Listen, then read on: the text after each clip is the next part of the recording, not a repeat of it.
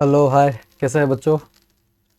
आज probability exercise 13.3 Bayes theorem पे जो बेस एक्सरसाइज है वो अपन को स्टार्ट करनी है। बहुत ही अच्छी एक्सरसाइज है और एग्ज़ाम के लिहाज से वेरी वेरी इंपॉर्टेंट की कैटेगरी में डालूंगा मैं इसको। बहुत ही इंपॉर्टेंट है, इसके सारे क्वेश्चन बहुत ही इंपॉर्टेंट है। एक्सरसाइज 13.3 हमको शुरुआत करनी। देखो इसमें दो कंसेप्ट है, दो कंसेप्ट इसके अंदर काम करेंगे। एक तो टोटल प्रोबेबिलिटी का और टोटल प्रोबेबिलिटी आ रही है तो समझ जाइए कि मल्टीप्लिकेशन थ्योरम भी इसमें कहीं ना कहीं है। मल्टीप्लिकेशन थ्योरम भी आप शामिल कर दीजिए, ठीक है। और उसके अलावा बेस थ्योरम जो है वो तो है ही, वो तो भाई मेन है, ठीक है। तो बेस थ्योरम, टोटल प्रोबेबिलिटी और रैंडम वेरिएबल का अगर एक आध कोई क्वेश्चन आ गया तो आ गया, बाकी ये दो तो मेन चीज़ है, टोटल प्रोबेबिलिटी और बेस थ्योरम, ठीक है ना। टोटल प्रोबेबिलिटी और बेस थ्योरम, ये दो चीज़ आपको एक्सरसाइज में पढ़नी है। तो इनकी आइडेंटिटी, इनके फॉर्मूले देखो मायने रखते नहीं है, जो अप्रोच है वो मायने रखता है। आप किस तरह से क्वेश्चन को सॉल्व कर रहे हो और क्या आपका तरीका है ये मायने रखता है, ठीक है ना। फर्स्ट क्वेश्चन की तरफ बढ़ते हैं अपन।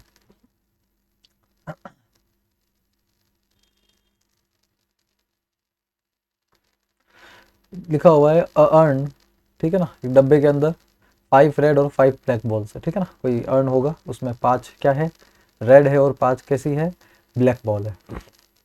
अ ball is drawn at random, its colour is noted and it is return to the earn.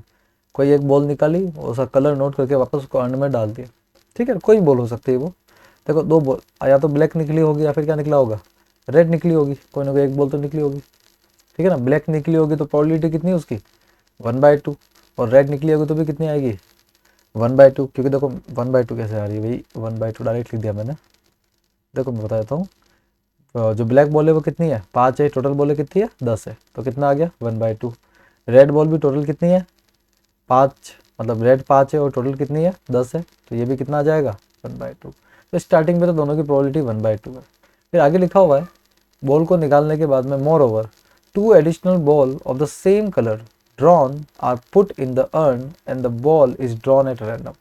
अब दो अलग से एडिशनल बॉल आपने क्या कर दी है, जो सेम कलर की है, ठीक है ना। जिस कलर को आपने निकाला था उसी कलर की आपने वापस अर्न में डाल दी है, ठीक है ना। और आगे पूछ रहा है, what is the probability that the second ball is red. यानी ये तो फर्स्ट केस हो गया। अब सेकंड केस में इसने क्या किया है, अर्न के अंदर, सॉरी, सेकंड केस में इसने क्या किया, जो अर्न है उसके अंदर चेंजेस कर दिए हैं, दो एडिशनल बॉल पुट कर दिए।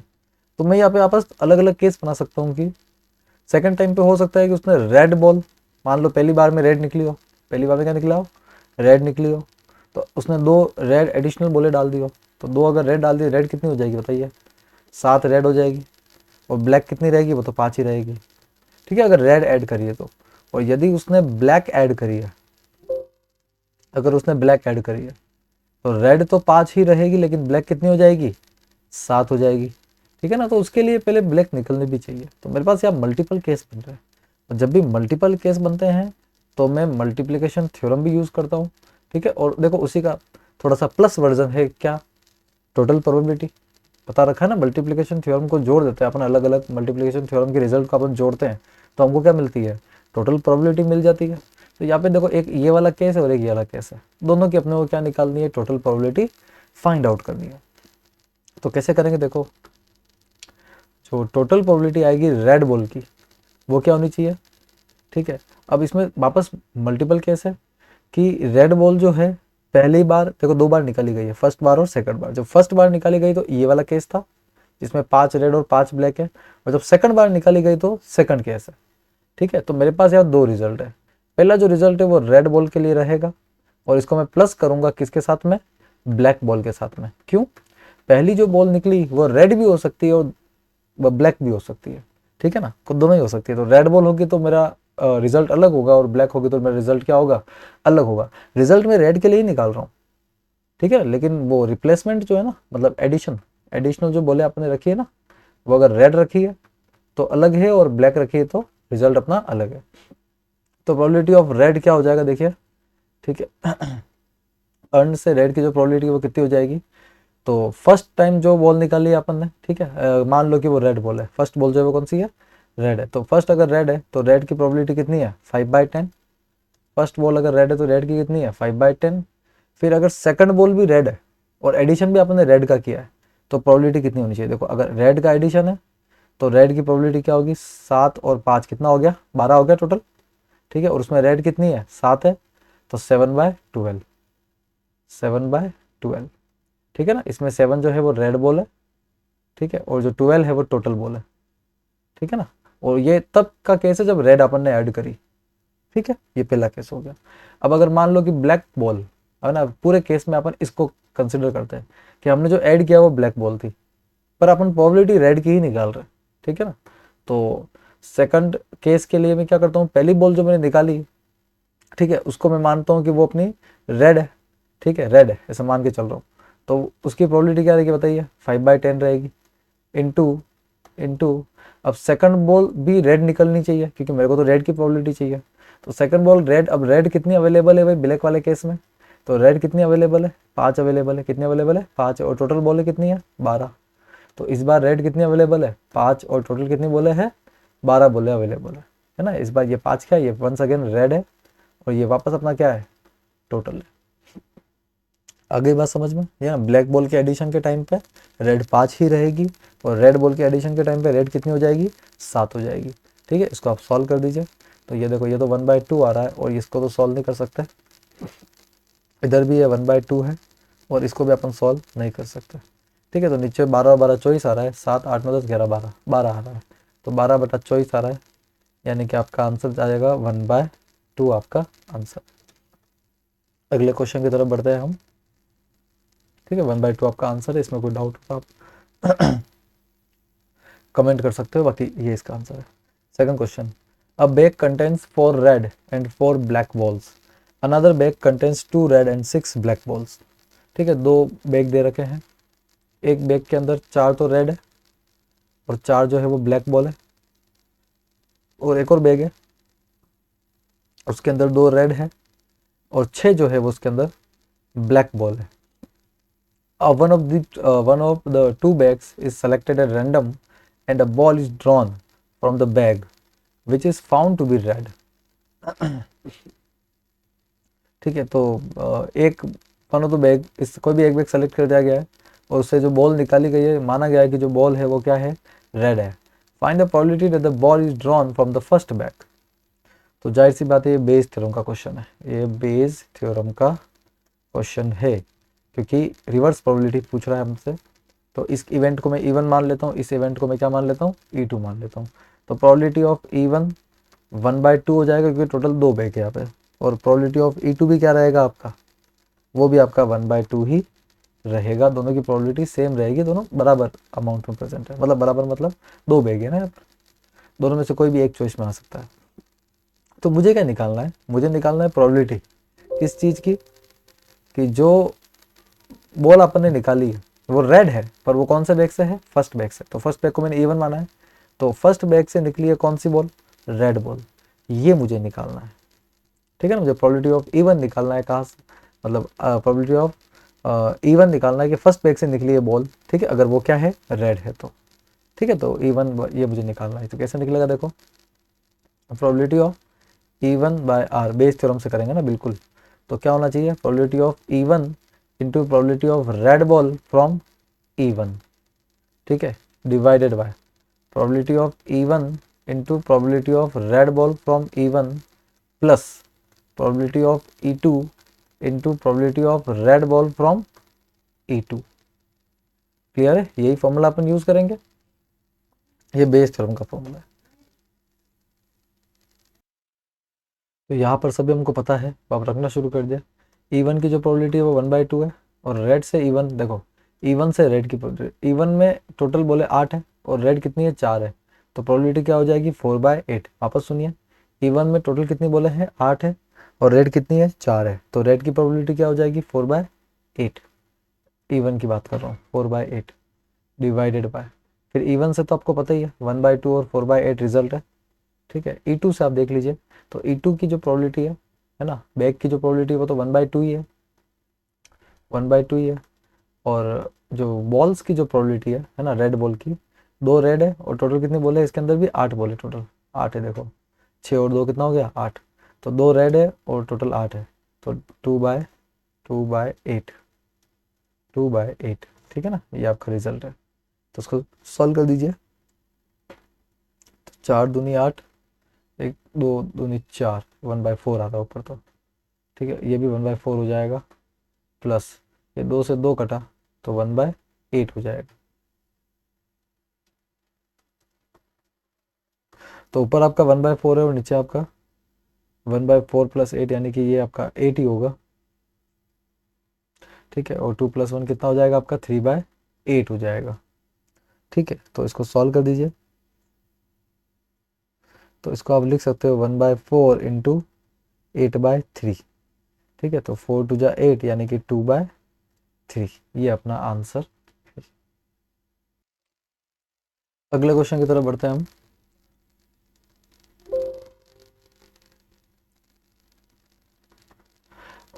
Of the students in a college, it is known that 60% reside in a hostel and 40% are day scholar. Previous year results report that 30% of all students who reside in hostel attends A grade and 20% of day scholars attends A grade in their annual examination. ठीक है, दोनों को A grade ही मिली है। At the end of the year, one student is chosen at random from the college and he has an A grade. What is the probability that the student is a hostelier? ठीक है, hostel के होने की क्या probability उसकी रहेगी। तो question को अपन क्या करेंगे, 60% जो है वो हॉस्टल के और 40% जो है वो डे स्कॉलर है। तो हॉस्टल वालों को अलग करो और डे स्कॉलर को अलग करो। तो हॉस्टल वाले कितने बच्चे हैं, 60% है, और डे स्कॉलर वाले कितने हैं, 40% है, ठीक है। मैंने एग्जाम्पल्स के टाइम पे समझाया था कि परसेंटेज है तो परसेंटेज में रहने दीजिए, और अगर आप फ्रैक्शन में करना चाहते हो तो फ्रैक्शन में कर दीजिए, कोई दिक्कत नहीं है, ठीक है। दोनों ही तरह से आंसर आपका आ जाएगा, ठीक है। Previous year results reports that ना, अब ये रिपोर्ट्स जो है वो बहुत इंपॉर्टेंट है। 30% of all student who reside in hostel attends A grade, यानी ए ग्रेड उनकी आई है जो हॉस्टल में रहते हैं। तो हॉस्टल वालों के ए ग्रेड का जो परसेंटेज है वो कितना दे रखा है, वो दे रखा है 30% हॉस्टल वालों को, ठीक है। And A grade and 20% of day scholar, और ए ग्रेड जो दे रखा है डे स्कॉलर वाले बच्चों का वो दे रखा है 20%। मतलब जाहिर सी बात है 70% के नहीं आई होगी, है ना। Not A grade, not a 70% होंगे, इधर भी नॉट ए 80% होंगे, लेकिन उससे अपने कोई मतलब नहीं है ना। क्वेश्चन की अगर मैं पूरी लैंग्वेज पढ़ता हूँ तो ये बोल रहा है कि स्टूडेंट को रैंडम चूज किया गया है और उसके ए ग्रेड है, उसके ए ग्रेड है, तो क्या प्रोबेबिलिटी है कि वो हॉस्टल होगा। मतलब जो ग्रेड है उसकी प्रोबेबिलिटी दे रखी है और पहले वाली पूछी है, तो इसका मतलब ये डन है कि ये बेस थ्योरम का क्वेश्चन है। और क्या पूछा गया मैं आपको बता देता हूँ, प्रोबेबिलिटी पूछी गई है किससे, हॉस्टल से। अगर स्टूडेंट्स के कौन सी ग्रेड है, ए ग्रेड है। तो आई बात समझा, प्रोबेबिलिटी पी एच ए क्या है, probability from hostel if he has A grade, अगर उसकी ए ग्रेड आई है तो वो हॉस्टल से है, इस बात की क्या प्रोबेबिलिटी है। तो कैसे करेंगे इसको, बिल्कुल h/a निकालना है हमको, ठीक है ना, हॉस्टल से और ए ग्रेड है। तो ये अपने लिए हो जाएगा प्रोबेबिलिटी कि वो हॉस्टल से है इनटू प्रोबेबिलिटी उसके ए ग्रेड से है, उसके ए ग्रेड है और वो हॉस्टल से है, डिवाइडेड बाय प्रोबेबिलिटी कि वो हॉस्टल से है, प्रोबेबिलिटी उसके ए ग्रेड है और वो हॉस्टल से है, प्लस प्रोबेबिलिटी वो हॉस्टल से नहीं है, नॉट हॉस्टल, ठीक है। और प्रोबेबिलिटी कि उसके ए ग्रेड है और वो हॉस्टल से नहीं है, ठीक है। ये इसका एक्सप्रेशन बनेगा।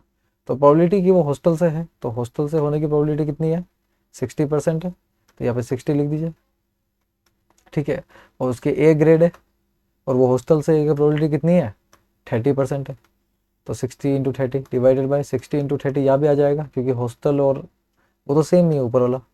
नॉट हॉस्टल और इसकी बात कर लेते हैं अपन, है ना, ये तो सेम ही आता है ना, देखो सेम है ये और ये सेम है, ठीक है। मतलब हमेशा फर्स्ट सेम नहीं आता है, लेकिन एक टर्म हमेशा सेम आती है इसकी, ठीक है। फिर नॉट हॉस्टल की प्रोबेबिलिटी क्या है बेटा, नॉट हॉस्टल की प्रोबेबिलिटी है 40%, ठीक है। और वो ए ग्रेड ला रहा है और नॉट हॉस्टल से है, ठीक है, तो वो 20% है, ठीक है, तो डेट इज 20%। सॉल्व कर दीजिए इसको, 6×18, अच्छा जीरो सबसे कैंसिल आउट हो रहा है ना, तो सिंपल 6×18 डिवाइडेड बाय, इधर भी 6×18 हो जाएगा, प्लस 4×2 कितना हो जाएगा, 8 हो जाएगा, है ना, तो ऊपर तो 18 ही रहेगा, ठीक है, ये 18 और 10 28 26 आ जाएगा, 18/26, 2 से कटेंगे तो 2×9 = 18, ठीक है, 2×1 = 2, 2×3 = 6, तो 9/13 आपका इसमें रिक्वायर्ड आंसर आ रहा है। आगे बढ़ते हैं हम, next question. In answering a question on a multiple choice test, student either knows the answer और गैसेस, या तो वो जानता है या फिर वो गैस करेगा। Let 3/4 is the probability that he knows the answer, ठीक है, एक तो बेटा ये है कि वो ही नोज, और दूसरा है कि वो गैस करने वाला है। तो अगर 3/4 प्रोबेबिलिटी है कि ही नोज, तो ही नोज की प्रोबेबिलिटी कितनी हो गई, 3/4, और गैस करने की कितनी हो गई, 1/4। Be the probability that is guesses. Assuming that a student who guesses at the answer will be correct with the probability. अगर वो guess करता है तो करेक्ट होने की जो प्रोबेबिलिटी है वो कितनी है, 1/4 है ना, यानी कि 3/4 इनकरेक्ट होने की प्रोबेबिलिटी हो जाएगी। और यदि वो जानता है आंसर को जानता है, ठीक है ना, अच्छा ये जो है ना, ये करेक्ट है, गैस, गैस के ऊपर करेक्ट होने की प्रोबेबिलिटी ध्यान रखना, ये सिर्फ करेक्ट होने की प्रोबेबिलिटी नहीं है, ये गैस पे करेक्ट होने की प्रोबेबिलिटी है, ठीक है। तो जो अगर इसके आगे लिखा हुआ नहीं है, अच्छा अगर वो जानता है तो आंसर के करेक्ट होने की प्रोबेबिलिटी क्या होगी, देखो यार, अगर वो जानता है तो आंसर तो 100% करेक्ट ही होगा, आप कोई आंसर जानते हो तो करेक्ट ही हो ना, तो प्रोबेबिलिटी कितनी हो जाएगी इसकी, 1। जब प्रोबेबिलिटी 100% हो जाती है तो वो 1 हो जाती है, तो 100% की वो जानता है आंसर, तो उसकी प्रोबेबिलिटी कितनी होगी, 1 होगी। अब हमको क्या निकालना है, हमको निकालना है प्रोबेबिलिटी, ठीक है ना। What is the probability that a student knows the answer given that he answered it correctly? उसने आंसर करेक्ट दिया है, हमको ये पता करना है कि स्टूडेंट आंसर जानता था, तो हमको नो की प्रोबेबिलिटी निकालनी है अगर उसने आंसर क्या दिया है, करेक्ट दिया है ना। के का मतलब स्टूडेंट नोज, ठीक है ना, student knows if answer is correct, answer जो है वो करेक्ट है और स्टूडेंट जानता है इस चीज की, हमको प्रोबेबिलिटी निकालनी है, ठीक है ना। तो कैसे निकालेंगे, प्रोबेबिलिटी नोज के आंसर करेक्ट है, क्या होना चाहिए, प्रोबेबिलिटी कि वो आंसर जानता है, मतलब फिर नोज मल्टीप्लाई बाय प्रोबेबिलिटी कि उसका आंसर करेक्ट है और वो जानता था, ठीक है, डिवाइडेड बाय प्रोबेबिलिटी कि उसका आंसर वो जानता है, ठीक है ना, और आंसर करेक्ट है और वो जानता है, प्लस प्रोबेबिलिटी, ठीक है, यहाँ पर एक और चीज़ अपनी ऐड होगी, ठीक है, कि उसका जो आंसर है वो गैस कर रहा है, क्या कर रहा है, वो गैस कर रहा है, तो गैस करने की प्रोबेबिलिटी, ठीक है, और प्रोबेबिलिटी कि वो करेक्ट है बावजूद कि वो क्या कर रहा है, गैस कर रहा है, ठीक है ना। तो सॉल्व कर लेंगे इसको, तो के की प्रोबेबिलिटी कितनी हो जाएगी, देखो नोज, नोज को अपन ने के माना है, गैस को अपन ने जी माना है, करेक्ट को अपन ने सी माना है, ठीक है। टर्म्स अपन सारी लिख सकते हैं, कोई दिक्कत नहीं है, टर्म्स में कोई सी प्रॉब्लम की बात नहीं है, आप इस तरह से मेंशन कर देना कि आप क्या निकाल रहे हो, ठीक है। तो नोज की प्रोबेबिलिटी 3/4 है ना, और वो करेक्ट है, तो उसकी तो प्रोबेबिलिटी 1 हो जाएगी बच्चों, और जस्ट अभी आपको बताया, ठीक है ना, वही बात है, नोज की 3/4 और वो करेक्ट है और वो जानता है, तो 1 होगी प्रोबेबिलिटी। फिर गैस की जो प्रोबेबिलिटी है वो कितनी है, गैस की प्रोबेबिलिटी 1/4 है, गैस की 1/4 है, ठीक है ना, इनटू करेक्ट है और वो गैस कर रहा है, तो करेक्ट होने की, गैस करने पर करेक्ट होने की प्रोबेबिलिटी कितनी है, 1/4 ही है, ठीक है। गैस की प्रोबेबिलिटी की बात नहीं कर रहा हूँ, गैस होने पर करेक्ट होने की प्रोबेबिलिटी भी 1/4 है, तो ऊपर से तो 3/4 ही मिलेगा, लेकिन नीचे से 3/4 प्लस 1/16 मिल जाएगा, ठीक है ना। तो ऊपर तो 3/4 ही रखेंगे अपन, और नीचे अपने को क्या मिल जाएगा, देखो 16 और 4 यानी कि 16 ही आएगा, ठीक है, और 4×4 = 16, 4×3 = 12 और 1 13 आ जाएगा, ठीक है। इसको सॉल्व कर दीजिए, 3/4 इंटू 16/13, 4×4 = 16, 4×3 = 12, तो 12/13 अपना आंसर हो जाएगा। क्लियर है सभी को, ठीक है ना। अप्रोच को आप जरूर ध्यान रखिएगा। नेक्स्ट क्वेश्चन,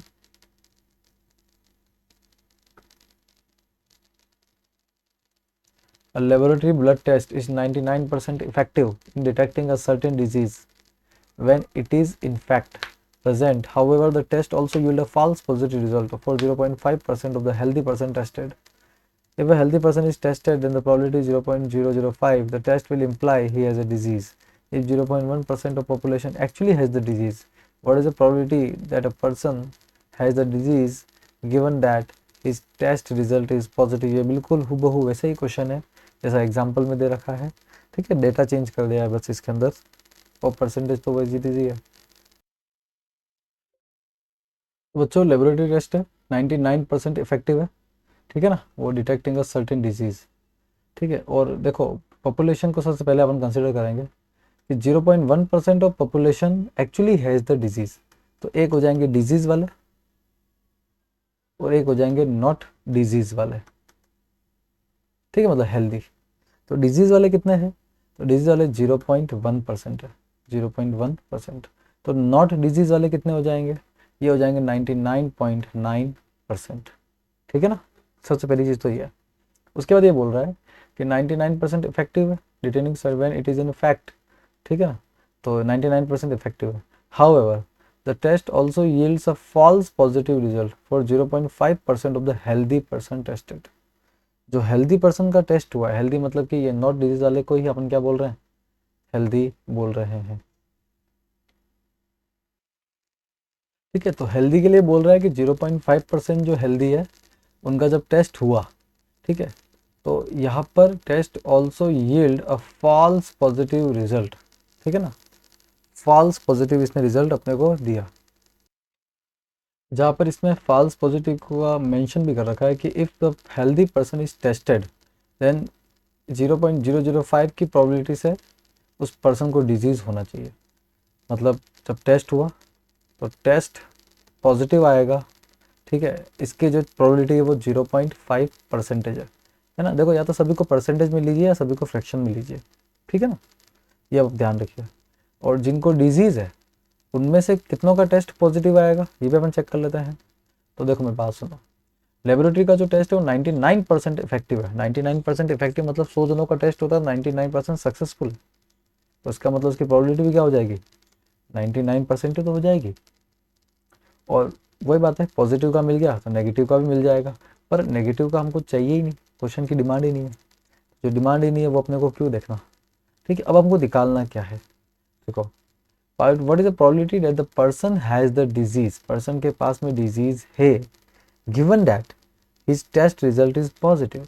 अगर टेस्ट रिजल्ट पॉजिटिव है तो पर्सन को डिजीज है, ठीक है ना, test result is positive, positive को मैं पी लिख देता हूँ, ठीक है ना। तो डिजीज है और टेस्ट रिजल्ट क्या है उसका पॉजिटिव, यानी कि प्रोबेबिलिटी ऑफ, है ना, प्रोबेबिलिटी ऑफ पर्सन, वैसे तो ऊपर लिखा हुआ है वही निकालना है, have disease and positive test, उसका जो रिपोर्ट है टेस्ट का वो कैसा है, पॉजिटिव है, ये आपको निकालना है। तो देखो कैसे निकलेगा यहाँ पर, probability of D bye positive, positive होने पर डिजीज़ की जो प्रोबेबिलिटी वो कैसे निकलेगी, कि पहली बात तो उसकी डिजीज़ की प्रोबेबिलिटी कि उसको डिजीज़ है इस बात की प्रोबेबिलिटी, ठीक है, इनटू प्रोबेबिलिटी ऑफ पॉजिटिव आना डिजीज़ होने पर, divided by probability of disease, फिर प्रोबेबिलिटी ऑफ पॉजिटिव आना डिजीज़ होने पर, प्लस प्रोबेबिलिटी ऑफ, ठीक है, प्रोबेबिलिटी ऑफ नॉट डिजीज़ मतलब probability of healthy, probability of क्या हो जाएगा, हेल्दी, इसको अपन हेल्दी को एच लिख देते हैं, probability of healthy and probability of disease मतलब positive, sorry positive, probability of कि वो पॉजिटिव है बावजूद इसके कि वो क्या है, हेल्दी है, ठीक है ना, ये ऑप्शन में रहेंगे। तो डिजीज की जो प्रोबेबिलिटी है वो कितनी है 0.1, तो 0.1, और जो पॉजिटिव की है वो 99% है, ठीक है, वो 99 है, डिवाइडेड बाय वही 0.1 इंटू 99 प्लस हेल्दी की प्रोबेबिलिटी 99.9 है इंटू 0.5% की रिपोर्ट कैसी होगी उस टाइम पे भी पॉजिटिव आएगी, ठीक है। इसको सॉल्व कर देते हैं, तो 0.1 पॉइंट हटेगा तो 9.9 आ रहा है यहाँ भी 9.9 ही आएगा, और इसको आप मल्टीप्लाई कर दीजिए तो 9 5 जा 45, और सब कर कुरा के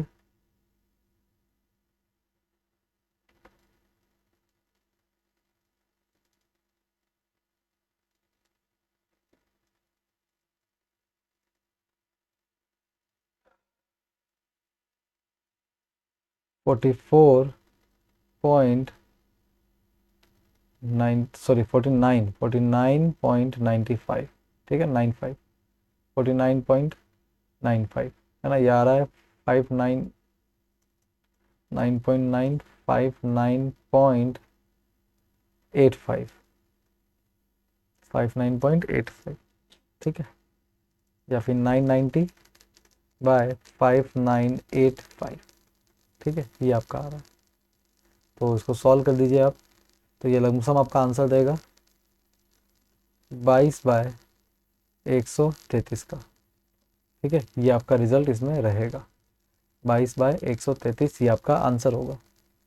क्लियर है सभी को? ठीक है ना, लिखने का पैटर्न आप जरूर समझ लीजिएगा, कैलकुलेशन तो आप भी कर लेंगे, calculation is not a big deal. There are 3 coins, one is of 2-headed coins having head on both face, ठीक है, जय वीरू वाला जो सिक्का होता है वो वाले सिक्के की बात कर रहा है, दोनों ही फेस पर उसके क्या है, हेड है।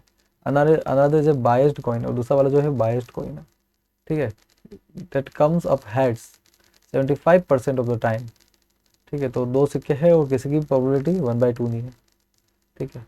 तो जो फर्स्ट कॉइन है उसको अपन लिखेंगे 2-headed कॉइन, 2-headed कॉइन, और दूसरा वाला जो है वो है बायस्ड कॉइन, ठीक है, 2-headed कॉइन को मैं एच कॉइन मान लेता हूँ और बायस्ड को बी मान लेता हूँ।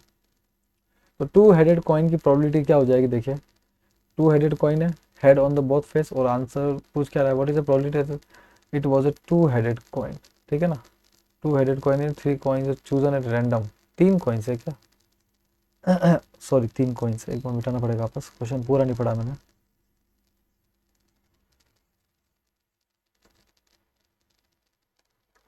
यहाँ पर 3 कॉइन है, एक तो 2-headed है, एक बायस्ड है, और जो थर्ड है वो अनबायस्ड है। तो यहाँ पर एक तो है 2-headed, दूसरा है अनबायस्ड, और जो थर्ड है वो है बायस्ड, सॉरी सेकंड वाला बायस्ड था और थर्ड वाला क्या है, अनबायस्ड है। सेकंड वाला जो है वो बायस्ड है और थर्ड वाला अनबायस्ड है। जहाँ पर 2-headed जो कॉइन है, ठीक है, उसकी प्रोबेबिलिटी क्या होनी चाहिए, एक बार मुझे दिमाग लगा के बताइएगा। अगर 2-headed कॉइन है तो उसकी प्रोबेबिलिटी, मतलब उसमें दोनों तरफ हेड है, तो इधर भी हेड है इधर भी हेड है ना, तो यहाँ पर हेड आने के चांस पूरे 100% होना है। तो प्रोबेबिलिटी ऑफ हेड इसमें क्या आएगा, प्रोबेबिलिटी ऑफ हेड ऑन, इसको 2-headed को मैं टी लिख रहा हूँ ना, 2-headed को टी लिख देता है, ठीक है, बायस्ड को बी लिख देते हैं और अनबायस्ड को अपन यू लिख देते हैं, ठीक है। तो प्रोबेबिलिटी ऑफ हेड, ठीक है, ऑन 2-headed कॉइन्स 1 आएगा आपका, ठीक है ना, क्योंकि है ही इसके पास हेड। फिर बायस्ड कॉइन की बात करते हैं, तो बायस्ड कॉइन में क्या बोल रहा है कि 75% टाइम्स जो होता है, ठीक है, उसमें हेड आता है। तो यहाँ पर जो हेड आने की प्रोबेबिलिटी है बायस्ड कॉइन में वो 75% है, 75%, और 75% को अपन 3/4 भी कह सकते हैं, ठीक है ना, आप इसको 3/4 भी कह सकते हो।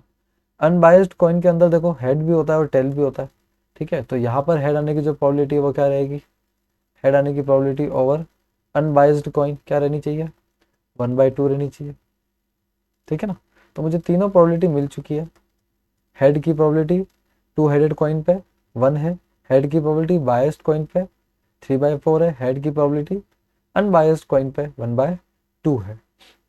अब ये बोल रहा है कि one of the 3 coin is chosen, इनमें से कोई भी एक कॉइन को चूज कर लिया गया, ठीक है, और उसने हेड दिखाया, तो क्या प्रोबेबिलिटी है कि वो 2-headed कॉइन है। तो प्रोबेबिलिटी ये पूछ रहा है हेड की, ठीक है ना, हेड की मतलब हेड की प्रोबेबिलिटी पूछ रहा है, बट नहीं पूछ हेड की नहीं रहा है, ये बोल रहा है कि हेड आया है, ठीक है, तो ये पूछ रहा है कि क्या प्रोबेबिलिटी कि वो 2-headed कॉइन से आया, यानी 2-headed की पूछ रहा है किसके ऊपर, हेड के ऊपर, कि वो 2-headed कॉइन से हेड आया है, इसकी क्या प्रोबेबिलिटी है। तो फॉर्मूला आप लिख दीजिए बेटा, आराम से लिखा जा सकता है।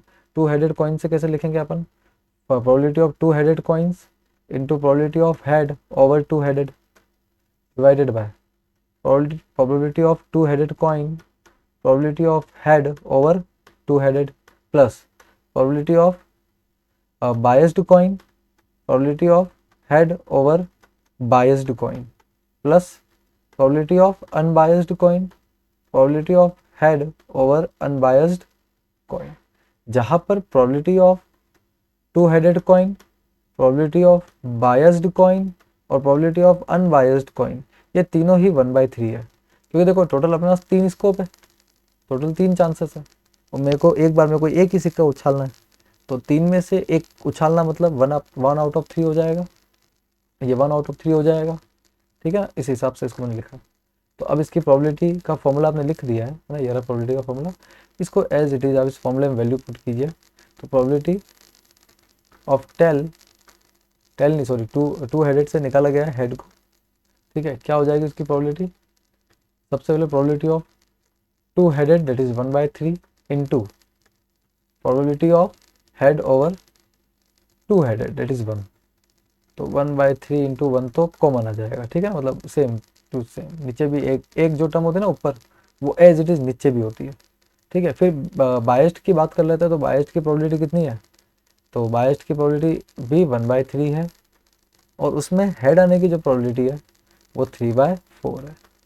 फिर अनबायस की बात कर लेते हैं, अनबायस जो कॉइन है उसकी भी प्रोबेबिलिटी तो 1/3 ही होगी, ठीक है, और उसमें हेड आने की जो प्रोबेबिलिटी है वो 1/2 होनी चाहिए।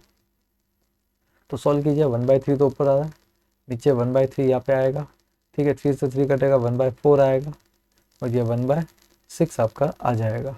तो ऊपर तो 1/3 ही रहेगा, नीचे देखिए 6 चौक 24, ठीक है ना, 12 ले लीजिए, 12 तीनों बन जाएगा, तो 12 ले लिया मैंने, 3 चौके 12, ठीक है, 4 तरी 12 और 6 दूनी 12, तो 1/3 डिवाइडेड बाय 4 5 6 7 8 9 9/12, यानी मैं इसको लिख सकता हूँ 1/3 इंटू 12/9, ठीक है। तो 3 3 जा 9, 3 4 जा 12 और 4/9 आपका आ जाएगा, ठीक है ना। तो यहाँ से जो आपका आंसर है वो एग्जैक्टली कितना आएगा, 4/9, that is a required answer, ये रिक्वायर्ड आंसर है। नेक्स्ट क्वेश्चन की तरफ बढ़ते हैं अपन बच्चों। क्वेश्चन नंबर 7 है, एन इंश्योरेंस कंपनी इंश्योर्ड, तो इंश्योरेंस कंपनी जो है 2000 स्कूटर ड्राइवर है, देखो 3 चीज़ पे, तो स्कूटर, ठीक है, एक कार और 6000 ट्रक ड्राइवर है। तो 2000 तो स्कूटर ड्राइवर है, कार के 4000 ड्राइवर है और ट्रक के 6000 ड्राइवर है, ठीक है। The probability of accidents are 0.1, 0.01, 0.03 and 0.15 तीनों के रेस्पेक्ट में, ठीक है ना। तो स्कूटर वाले जो है उनकी जो एक्सीडेंट की जो प्रोबेबिलिटी है वो 0.01 है, एक्सीडेंट की है ना, और नॉट एक्सीडेंट की बात ये नहीं कर रहा है।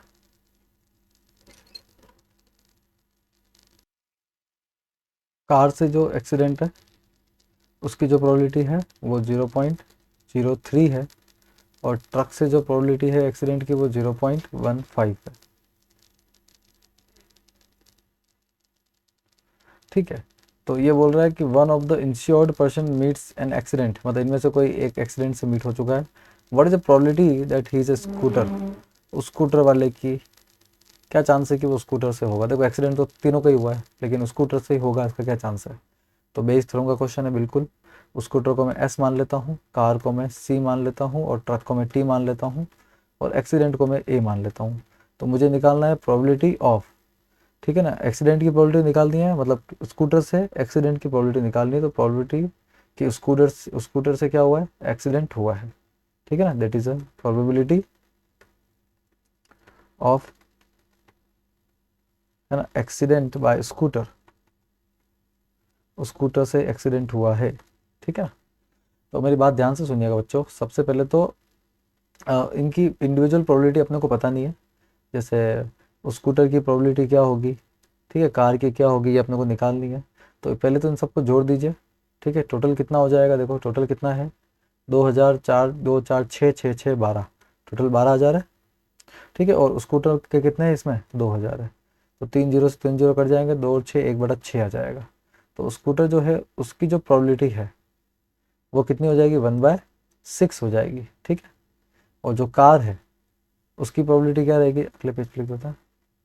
कार्स की प्रोबेबिलिटी क्या रहेगी, कार से एक्सीडेंट की मतलब कार की प्रोबेबिलिटी क्या रहेगी इंश्योरेंस की, तो कार की रहेगी 4000/12000, 4000/12000, 4×12 1/3 आ गया। वैसे ही ट्रक की जो प्रोबेबिलिटी है वो क्या हो जाएगी, ट्रक 6000 है तो 6000/12000 यानी कि 1/2। ठीक है, तो तीनों की प्रोबेबिलिटी अपने को मिल चुकी है, मैं यहाँ पे लिख देता हूँ। इसकी 1/6 आई है, इसकी आई है 1/3 और इसकी 1/2, ये अपनी प्रोबेबिलिटी आई है। तो अब आपको क्या करना है, समझ में तो आ गया आपको कि S/A निकालना है। ठीक है ना, तो प्रोबेबिलिटी ऑफ स्कूटर से एक्सीडेंट क्या हो जाएगा, स्कूटर के इंश्योरेंस की प्रोबेबिलिटी, ठीक है ना, और probability of accident from scooter divided by, ठीक है ना, वही स्कूटर से फिर probability of accident from scooter plus, ठीक है, और कौन कौन स्कूटर के अलावा कार है, तो probability of car and probability of accident from car plus probability of truck insurance और probability of accident from truck. ठीक है, सबको रख दीजिए। स्कूटर की जो प्रोबेबिलिटी है वो है 1/6 और उससे एक्सीडेंट होने की जो प्रोबेबिलिटी है वो है 0.01। ठीक है, होल डिवाइड बाय 1/6 इंटू 0.01 तो रहेगा प्लस प्रोबेबिलिटी कार की कितनी हो जाएगी, तो कार की है 1/3 और उससे एक्सीडेंट की 0.03 दे रखी है ना, 0.03। फिर probability of truck date is 1/2 और उससे एक्सीडेंट की दे रखी है 0.15। ठीक है ना, ये एग्जैक्ट आपको सिनेरियो दे रखा है और इसको सॉल्व करना पड़ेगा, है ना। तो ये देखो पॉइंट हटेगा तो नीचे 2 जीरो आ जाएंगे, तो ये 1/600 हो जाएगा। ठीक है, तो वैसे ये भी 1/600 ही होगा, और ये कितना होगा, तो 3 से 3 कटा 1/100 हो जाएगा प्लस, और इधर भी देख लीजिए नीचे 100 आएगा, 15/200 हो जाएगा। तो उसको सॉल्व करना है अब, 1/600 होल डिवाइड बाय, ठीक है, 600 100 200 का एलसीएम 600 ही आएगा। ठीक है, या तो 1 आ जाएगा तो 100 6 बचेगा। ठीक है, 200 में 3 बार आता है, 15 दूनी 30, तो 30 और 6 36 और 1 37 आ जाएगा। तो 600 कटेगा और 1/37, 1/37। सॉरी यहाँ पे एक गलती हो गई है, एक गलती यहाँ पे हो गई है, 30 नहीं आएगा, फिर 37 नहीं आएगा। ठीक है ना, 200 की टेबल में 3 बार 600 आता है, 15 3 45 आएगा। ठीक है ना, 45 आएगा, है ना, 45, 45 और 6 51 और 1 52। ठीक है, तो 52 आएगा, 1/52 आपका सही आंसर है। ठीक है, 1/52 इज द करेक्ट आंसर। ठीक है, यहाँ पर थोड़ा सा मिसमैच हो गया कैलकुलेशन में। क्लियर सभी को, आगे बढ़ते हैं अपन। नेक्स्ट क्वेश्चन है अपना, a factory has 2 machines A and B.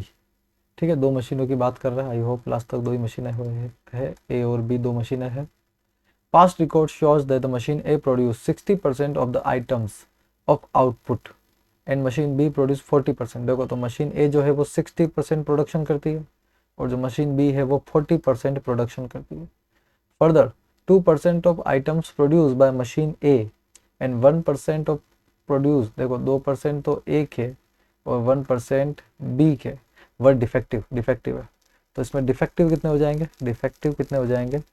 तो डिफेक्टिव के लिए बोला इसने कि ए के जो है वो 2% डिफेक्टिव है और बी से कितना डिफेक्टिव है, तो बी से बोला इसने कि बी से 1% डिफेक्टिव है। ठीक है, all the items are put in the stock pile, सबको स्टॉक पाइल में रख दिया है। ठीक है, एक साथ रख दिया है मतलब, और रेंडमली चूज़ किया है from this and found to be defective, और जो चूज़ किया वो कैसा निकला, डिफेक्टिव निकला। What is the probability that it was produced by machine B, यानी कि प्रोबेबिलिटी पूछ रहा है मुझसे मशीन बी की डिफेक्टिव के ऊपर। ठीक है ना, probability of defective from machine B से डिफेक्टिव की प्रोबेबिलिटी पूछ रहा है। तो प्रोबेबिलिटी ऑफ बी से डिफेक्टिव क्या हो जाएगी, सबसे पहले प्रोबेबिलिटी बी की और probability of defective from B divided by probability of defective from B plus A B है इसके अंदर, तो probability of A and probability of defective from A. ठीक है, ये अपना रहेगा। तो बी की प्रोबेबिलिटी कितनी है, 60% है, सॉरी 40% है। 40% इंटू बी के अंदर खराब होने की प्रोबेबिलिटी 1% है, डिवाइडेड बाय वही 40 इंटू 1 हो जाएगा बी का। तो ए का देख लीजिए आप, ए का कितना होगा, तो ए जो है उसकी प्रोबेबिलिटी 60% है और ए में डिफेक्टिव होने की प्रोबेबिलिटी 2% है। ठीक है, सॉल्व कीजिए, 40 डिवाइडेड बाय, ये तो 40 रहेगा, 6 2 जा, ये 120 हो जाएगा। ठीक है, तो 120 और 40 160 हो जाएगा। ठीक है, और 4 चौक 16 यानी कि 1/4, तो 1/4 आपका आंसर यहाँ पर आएगा। ठीक है ना, इस तरह से आप इसको सॉल्व कर सकते हो। Question number 9, 2 groups are competing for the position on the board of directors of the corporation। तो बोर्ड ऑफ डायरेक्टर बीओडी के लिए लड़ी हो रही है। The probability that the first and the second group will win, दो group है ना, एक तो फर्स्ट ग्रुप है, ठीक है, और एक सेकंड ग्रुप है, दो ग्रुप है। ठीक है, इसको मैं G1 और इसको मैं G2 बोल देता हूँ। तो probability that the first and the second group will win are 0.6 and 0.4। तो फर्स्ट ग्रुप जीतेगा, इसकी प्रोबेबिलिटी 0.6 है, और सेकंड ग्रुप जीतेगा, इसकी प्रोबेबिलिटी 0.4 है। ठीक है ना, तो ये प्रोबेबिलिटी ऑफ G1 और G2 हो जाएगा। ठीक है ना, क्योंकि जो ग्रुप जीतेगा उसकी प्रोबेबिलिटी है। Further if the first group wins the probability of introducing a new product is 0.7। अगर पहला जीतेगा तो नए प्रोडक्ट के निकलने की जो प्रोबेबिलिटी है वो 0.7 है, यानी न्यू प्रोडक्ट आएगा। तो नए प्रोडक्ट को अगर मैं n मान लेता हूँ, ठीक है, n मतलब न्यू प्रोडक्ट, तो probability of new product on group first कितनी है, मतलब ग्रुप फर्स्ट जीतेगा वो कितनी है, 0.7 है। वैसे ही probability of new product from group 2 वो अपने को दे रखी है, कॉरस्पॉन्डिंग प्रोबेबिलिटी 0.3 दे रखी है, तो 0.3 अपने को दे रखा है।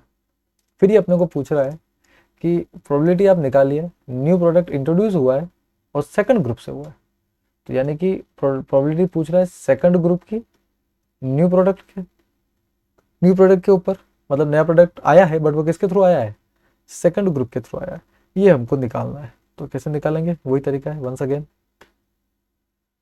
प्रोबेबिलिटी ऑफ, हमको ग्रुप 2 से नया प्रोडक्ट मिला है, यानी कि probability of group 2 and probability of new product from group 2 divided by probability of group 2 into probability of new product from group 2 plus probability of group 1 into probability of new product from group 1।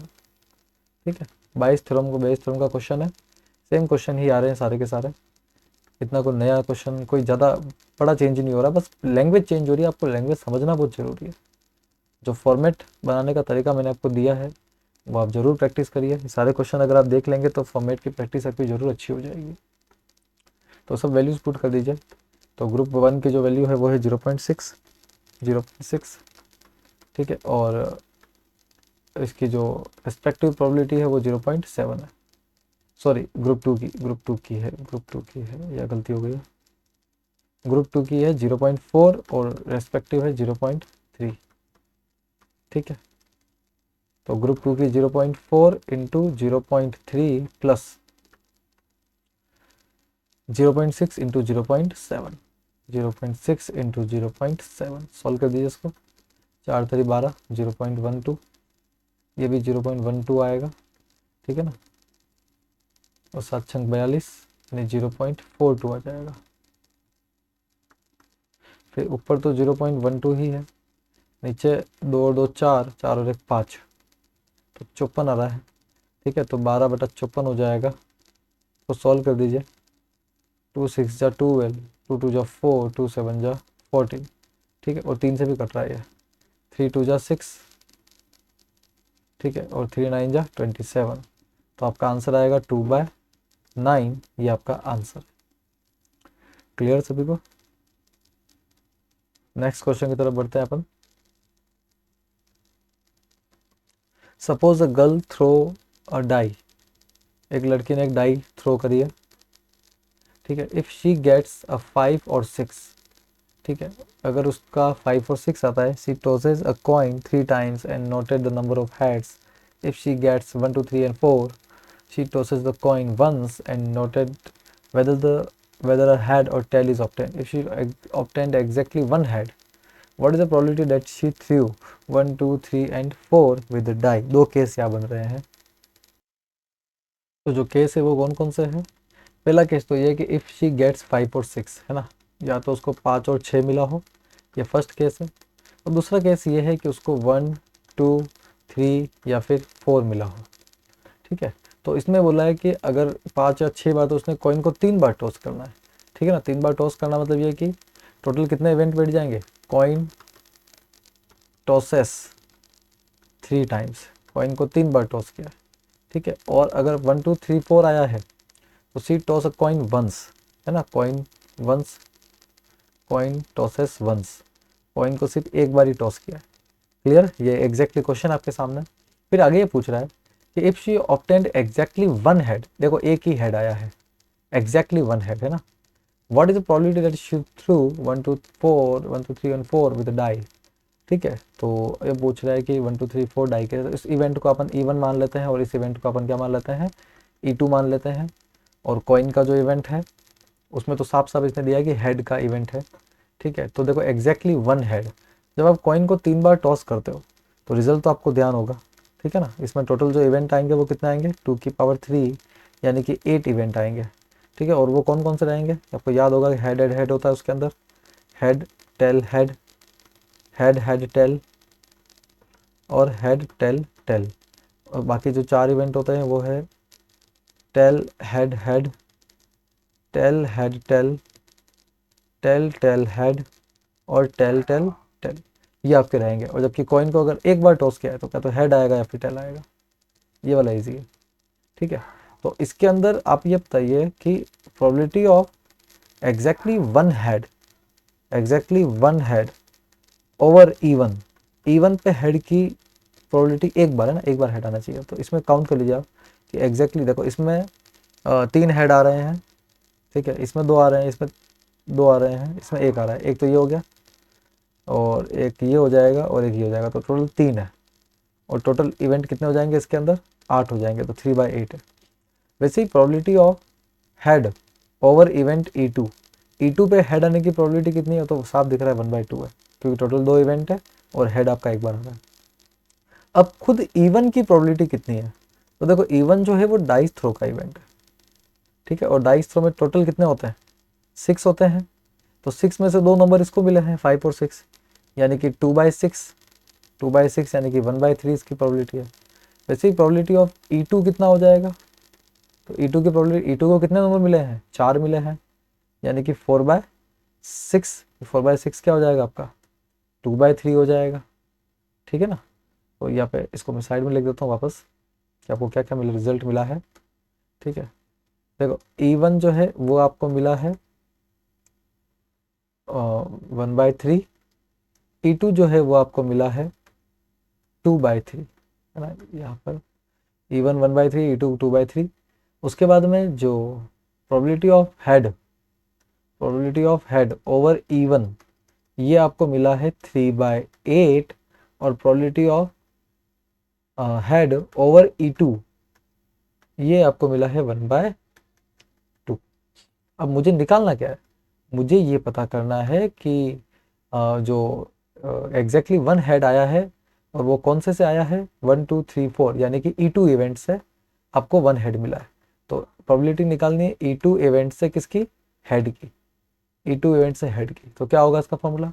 Probability of E2 into probability of head over E2 divided by probability of E2 into probability of head over E2 plus probability of E1 into probability of head over E1। ठीक है, सब कुछ आपके सामने लिखा हुआ है, आप लिख दीजिए बस। E2 का 2/3 है और 1/2 है, डिवाइडेड बाय, ठीक है, डिवाइडेड बाय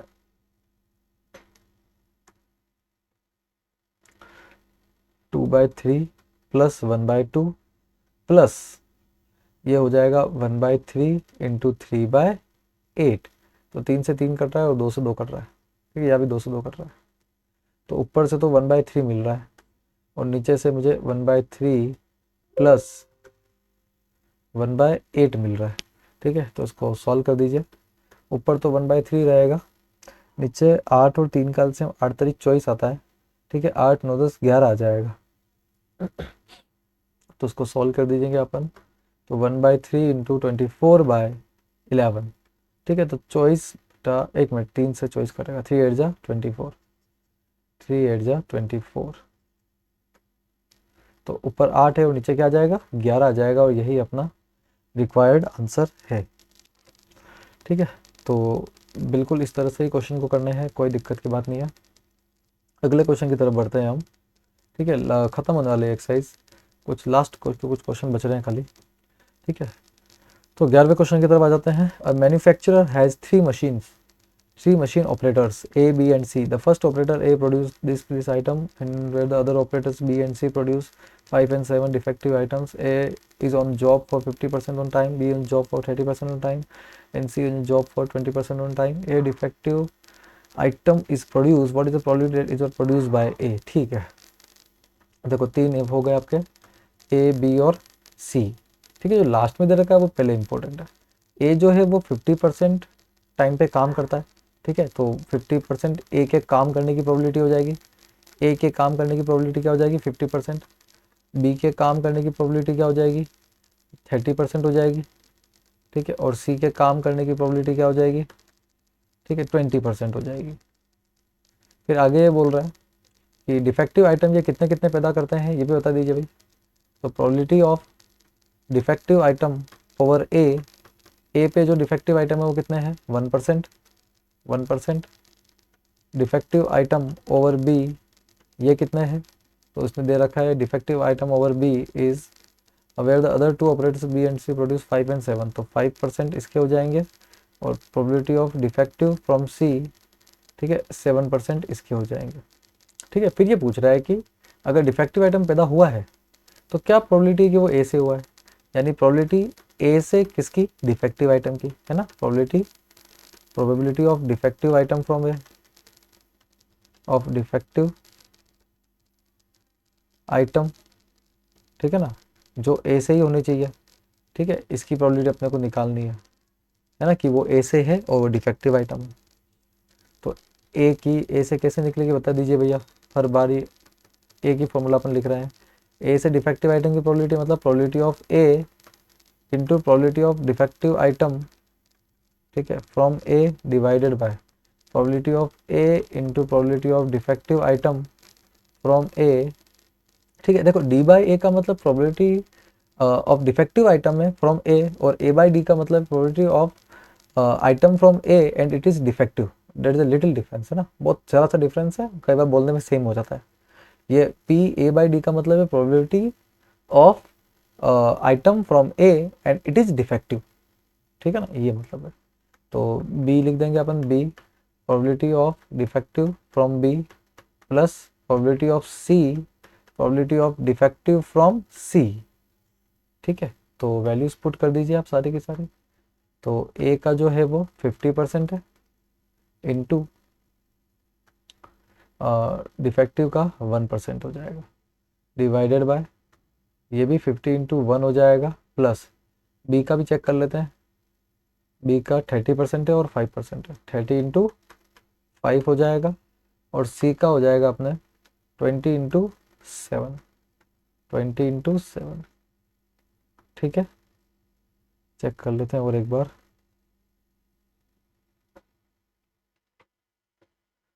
ठीक है, एग्जैक्टली यही है। अब सॉल्व कर दीजिए इसको। तो ये हो जाएगा, ऊपर तो 50 आ जाएगा और नीचे, ठीक है, नीचे क्या आएगा 50, एक तो वापस 50 आएगा, एक 3 5 जा 15 यानी कि 150 आ जाएगा, 7 दूनी 14 यानी कि 140 आ जाएगा। तो ऊपर तो 50 ही रहेगा लेकिन नीचे, ठीक है, ये 150 300 में से एक कम 290, 350 340 आ रहा है।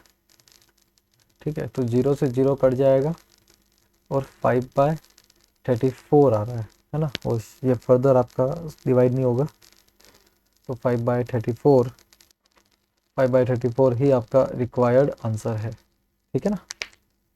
नेक्स्ट क्वेश्चन की तरफ चलते हैं अपन। A card from a pack of 52 card is lost. एक कार्ड है जो 52 कार्ड में से लॉस्ट हो गया है। From the remaining card of the pack 2 cards are drawn and are found to be both diamonds. Find the probability of the lost card being a diamond. बहुत अच्छा क्वेश्चन है, इंपॉर्टेंट क्वेश्चन है।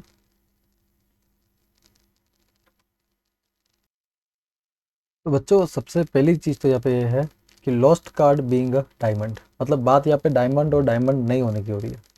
तो अपन मान लेते हैं कि पहला केस है डायमंड का और दूसरा केस है नॉट डायमंड का। किसकी बात कर रहा हूँ मैं? लॉस्ट कार्ड की बात कर रहा हूँ। ठीक है ना, डायमंड और नॉट डायमंड। तो अपन ये पता कर लेते हैं कि देखो डायमंड के पत्ते कितने होते हैं और नॉट डायमंड के पत्ते कितने होते हैं। तो डायमंड के पत्ते कितने होते हैं? देखो, ताश के अंदर टोटल 52 पत्ते होते हैं, जिसमें से हर सेट के 13 पत्ते होते हैं। तो डायमंड के भी 13 ही होते हैं। डायमंड के कितने होते हैं? 13। और बच्चे कुछ जो पत्ते होते हैं नॉट डायमंड के होते हैं, कितने हो बचे? 13 3 39, 39 पत्ते जो होंगे वो नॉट डायमंड होंगे।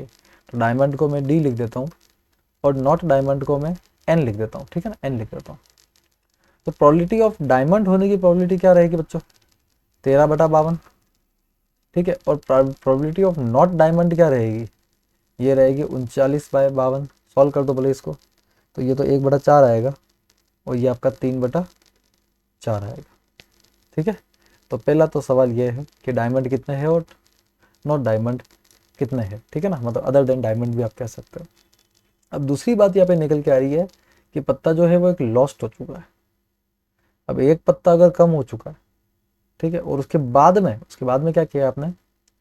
From the remaining card of the pack 2 cards are drawn. अब देखो यहाँ पे आगे केस क्या बना है? एक लॉस्ट हो चुका है, 1 लॉस्ट। ठीक है, और इधर से भी देखो 1 लॉस्ट हो चुका है, एक पत्ता खो चुका है।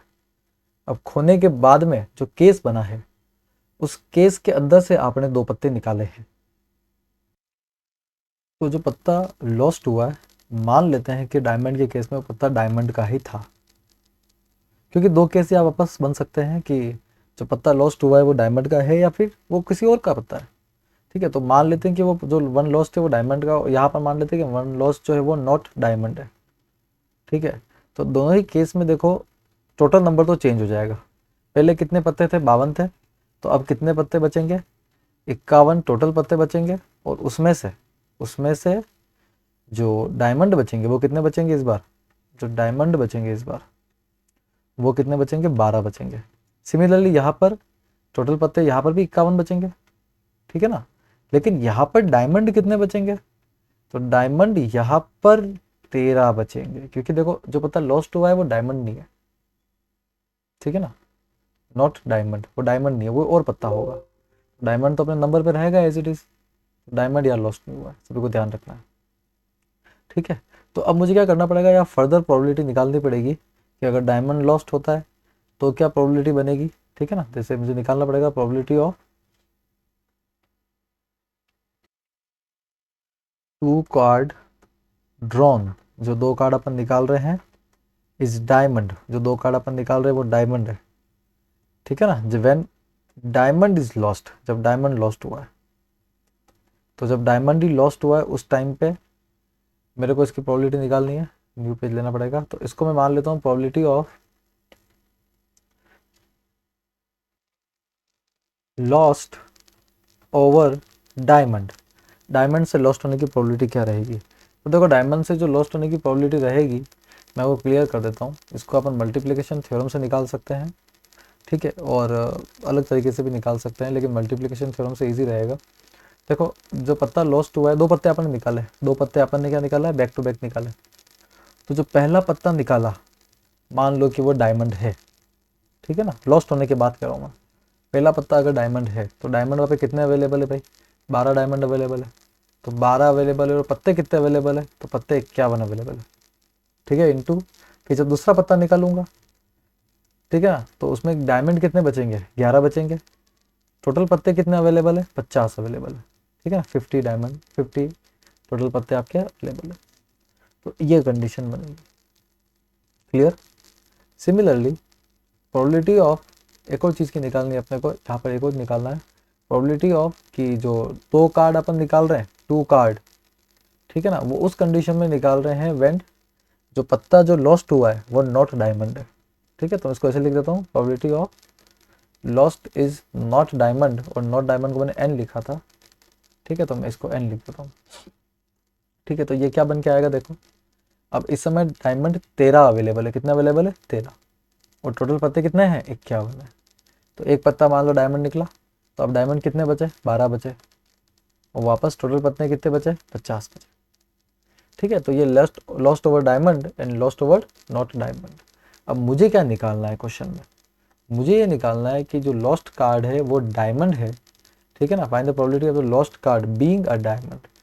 लॉस्ट हुआ है ना कार्ड, वो डायमंड, तो डायमंड जो कार्ड है वो लॉस्ट हुआ है, इसकी मुझे प्रोबेबिलिटी निकालनी है। क्या होगी इसकी प्रोबेबिलिटी, प्रोबेबिलिटी वो डायमंड की into probability of lost over diamond divided by probability of diamond, probability of lost over diamond plus probability of not diamond into probability of lost over not diamond, है ना, not diamond को ND लिख दिया, ठीक है, not diamond. सबकी probability आप रख दीजिए, सब कुछ आपके पास में है। तो डायमंड की प्रोबेबिलिटी जो है वो 1/4 है, और लॉस्ट ओवर डायमंड की तो बहुत लंबी चौड़ी है, तो 12/51 इंटू 11/50, ठीक है, डिवाइडेड बाय 1/4 इंटू 12/51 इंटू 11/50, ठीक है, प्लस नॉट डायमंड की जो प्रोबेबिलिटी है वो है 3/4, तो 3/4 इंटू ये है 13/51 इंटू 12/50, ठीक है, ये अपने पास में है। तो बेशक इसके लिए कैलकुलेटर ही लगेगा, मैं कैलकुलेटर से सॉल्व कर देता हूँ उसको, क्या आ रहा है, या फिर कुछ चीज़ें मुझे कॉमन भी दिख रही है। सबके अंदर से 12/51 मुझे कटता हुआ दिख रहा है, देखो 12/51 सब में से कैंसिल आउट हो रहा है, ठीक है, 12/51 कैंसिल आउट हो रहा है। 11/50 दो में आ रहा है, तो 50 सबसे कैंसिल आउट हो रहा है, 50 सबसे कैंसिल आउट हो रहा है, ठीक है। और 4 भी सबसे कैंसिल आउट हो रहा है, 4 भी सबसे कैंसिल आउट हो रहा है, ठीक है। और क्या क्या बचा बस, तो बहुत बढ़िया, ऊपर खाली 11 बचा है, 11/1, और नीचे बचा है, इस साइड से तो खाली 11 ही बचा है, और इस साइड से 13 इंटू 3 बचा है, 39 बचा है, ठीक है। तो 11 तो 39 यानी 40 और एक 50, तो 11/50 आ रहा है, ठीक है। तो शायद यही आंसर हो सकता है, ठीक है, यही आपका आंसर है, 11/50 है ना। चेक कर लीजिए आप इसको आराम से, क्रॉस चेक भी कर सकते हैं, ठीक है। ये भी कैलकुलेशन आप इस तरह से भी कर सकते हैं, जरूरी नहीं आप मल्टीप्लाई करें। एक बार तो मुझे लगा है कैलकुलेटर लगेगा, बट कैलकुलेटर की ज़रूरत नहीं है, कैंसिल आउट हो रही चीज़ें आराम से। क्लियर सभी को। तो ध्यान रहे बच्चों, इंपॉर्टेंट क्वेश्चन है, इंपॉर्टेंट मार्क कर दिया है मैंने। ऐसे क्वेश्चन आपको परेशान कर सकते हैं एग्जाम में, आपको बहुत तसल्ली से क्वेश्चन को अटेंड करना है, ठीक है। सेकंड लास्ट क्वेश्चन की बात कर लेते हैं अपन फटाफट। Probability that A speaks truth is 4/5, a coin is tossed, a reports that a head appears, the probability that actually there was head is। तो बड़ा स्पीक ट्रुथ, एक तो ट्रुथ और एक फॉल्स।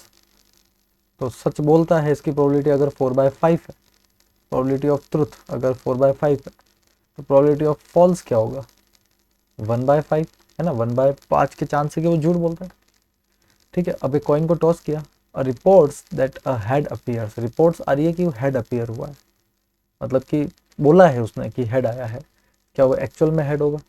तो कॉइन टॉस करेंगे तो क्या इवेंट आएगा भैया, 2 इवेंट आते हैं, हेड और टेल। तो अगर वो सच बोल रहा है तो हेड की प्रोबेबिलिटी ओवर ट्रुथ क्या होगी, 1/2। देखो दो ही ऑप्शन है, हेड और टेल। ठीक है, अगर वो सच भी बोल रहा है तो हेड तो एक बार ही आ रहा है दो में से, ठीक है ना, दो में से एक बार ही आ रहा है। और अगर वो झूठ बोल रहा है तो भी probability of head over falls, ठीक है ना, फॉल्स पे भी हेड की जो प्रोबेबिलिटी है वो क्या रहेगी, 1/2 ही रहेगी, क्योंकि देखो प्रोबेबिलिटी टेल की आ जाएगी फिर वो। ठीक है, अगर वो हेड नहीं तो मतलब वो क्या है, टेल है। तो टेल की भी तो प्रोबेबिलिटी 1/2 ही होती है। ठीक है, तो यहाँ पर सेम प्रोबेबिलिटी आएगी। ठीक है, 4/5, 1/2, 1/5 और 1/2।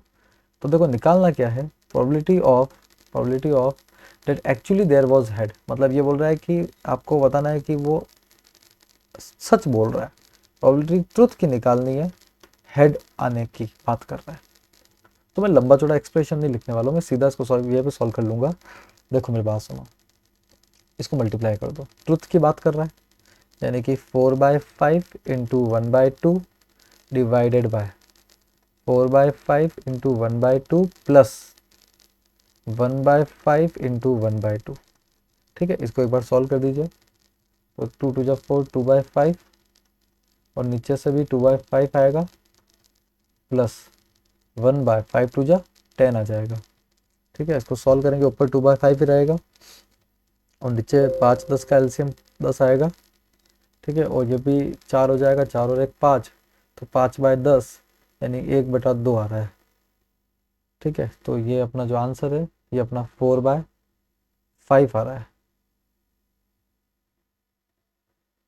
ठीक है, अपना आंसर आ रहा है 4/5, 4/5। ठीक है, ये अपना आंसर है, that is a required answer, option A is correct. ठीक है, और अब लास्ट क्वेश्चन पे देख लेते हैं।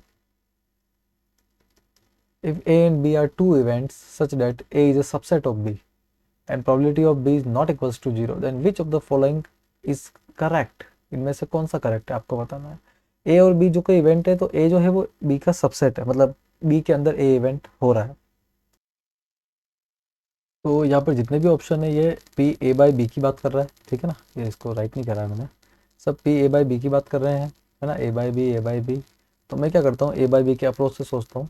तो पी ए बाई बी अगर मैं निकालता हूँ तो वो आएगा P A intersection B upon P of B.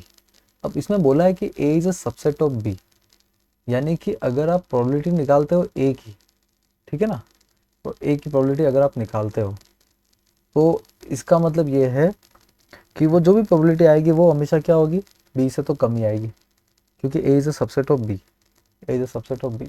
इसके अलावा एक और बात ये भी है कि ए इंटरसेक्शन बी जब आप करोगे, ठीक है ना, तो आपका जो कॉमन निकल के आएगा, क्योंकि A is a subset of B, तो कॉमन जो निकल के आएगा वो खुद ए निकल के आएगा। क्या निकल के आएगा, ए। तो probability of A intersection B को भी आप क्या लिख सकते हो, probability of A, probability of A आप लिख सकते हो। तो यहाँ पे probability of A intersection B को मैं प्रोबेबिलिटी ऑफ ए लिख देता हूँ अपॉन प्रोबेबिलिटी ऑफ बी। ठीक है, और दूसरी बात ये है कि जो ए है वो कम है बी से, ए जो है वो बी से कम है, ठीक है ना, तो ए बाय बी। तो ए बाय बी से क्या रिलेशन है वो अपने को नहीं पता अभी, पर ये आपस में तो कम है। तो देखो जो फर्स्ट रिलेशन है वो तो खत्म हो चुका है, कैंसिल हो चुका है, क्योंकि P A by B P A by P B है। ठीक है, सेकंड जो पी ए बाई बी है या तो वो लेस देन पी ए है या ग्रेटर देन पी ए है, बस ये चेक कर लेना है अपने को। तो इसको भी अपन चेक कर लेते हैं। तो इसको तो अपन फर्स्ट मान लेते हैं, अब चेक कर लेते हैं पी बी का। तो P A by P B को इंट्रोड्यूस करना है मुझे।